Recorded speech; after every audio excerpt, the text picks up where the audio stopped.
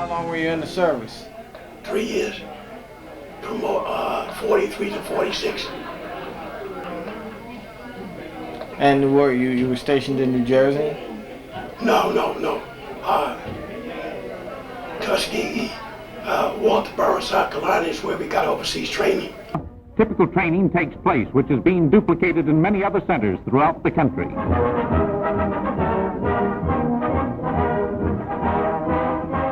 These boys will fly bombers, the B-25 type. Briefing is important. It pays to know what it's all about before hitting the sky trails with those dynamite eggs.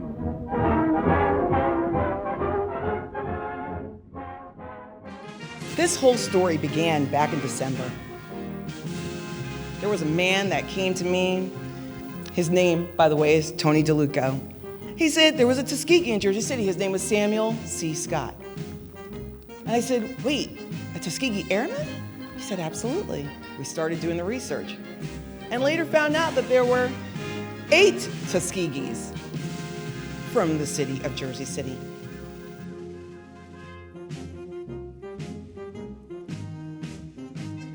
I remember my father basically describing his experience as a Tuskegee Airman. He was not drafted, he enlisted. So he did 8 missions. And so he was at the end of the war. He earned his wings 11, 20, 44. And it was just an interesting childhood to grow up with this man, never really understanding the impact that he had and the role he played in American history. I looked up information on the internet, and believe it or not, the group, and he flew as a pilot. He was a pilot, a real pilot for the Tuskegee. They flew into Iraq, Beirut, and other places in that area, and then later they were known as the Red Tails. My father went on to be a judge, the first black judge in Jersey City, and my uncle, H.B., went to California, became an actor. He played in Anna Lancaster and Night Court on TV. So they went on to do some really fabulous things. I don't know much about Tuskegee Airmen because, like I said, he would not talk about it until it became famous, because it took a long time before they were acknowledged for what they did. And like I met some guys from Jersey City. I was 2 months from graduation when they just started. And it's hard, it was hard in those days. As a matter of fact, that's what caused the intersegregation in the armed forces.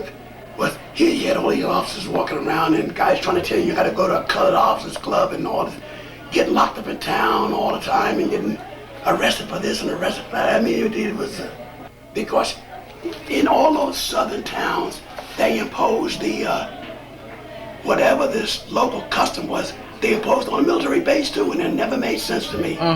Because why should civilians from town can't come to that base and lollygag all around like they own it, you know? But if they were segregated in the town, you were segregated on the base.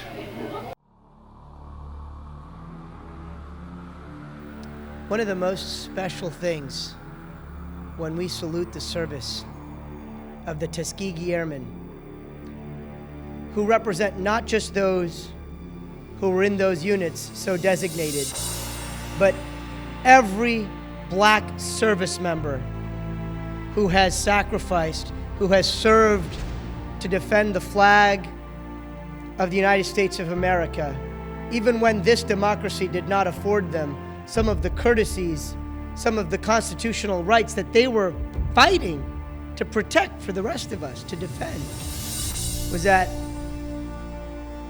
the Tuskegee Airmen and all of those who served in those units in World War II to fight all of those things that we abhor overseas were still at that time in history subjected to the Jim Crow laws back home in the United States.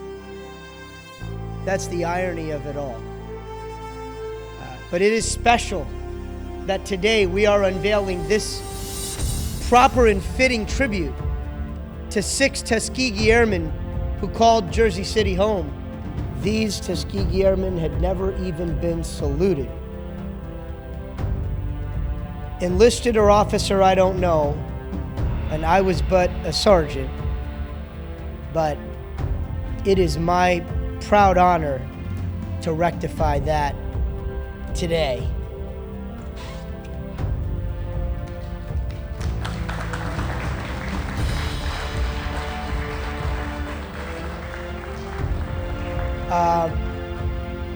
I see a gentleman tearing up, and it's going to make me do the same in a moment. Freedom is not free.